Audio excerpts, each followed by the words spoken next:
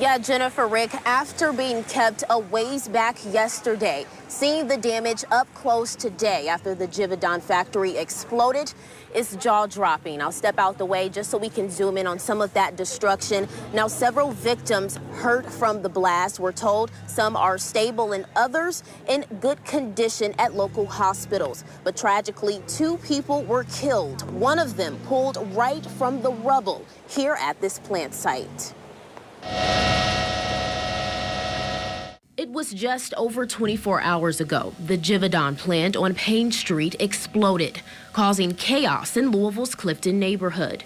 Tuesday's blast happened around 3 in the afternoon, caused widespread panic, damage, flooded hundreds of 911 calls into Metro Safe, and the explosion also sent a dozen people to the hospital and left 2 plant employees dead. This is an incredibly sad and tragic incident. These 2 individuals who have passed went to their job in an ordinary day to provide for their family when the unthinkable happened. At a media briefing on Wednesday morning, city leaders confirm one of the victims succumbed to his injuries at the hospital, while a tip of a possible missing person led firefighters to search again through the rubble at the plant late Tuesday.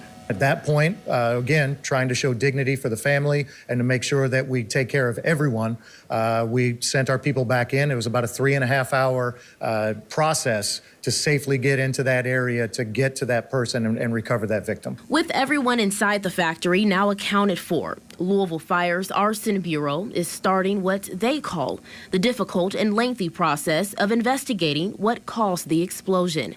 They'll be assisted by the ATF's National Response Team, made up of experts ranging from explosive specialists, chemists, and structural engineers. We have the assistance of the ATF, and we have, what you're basically trying to do is to reconstruct that as best you can. But I'm not going to sit here and guarantee that we're going to be able to point a finger and pinpoint something exactly. But again, these people are good at what they do, and they're going to come up with some good answers. When asked about those answers, clarity, and the concerns raised by the community after this deadly situation, this was the mayor's response. I want to make very clear, we hear those concerns of the neighbors loud and clear.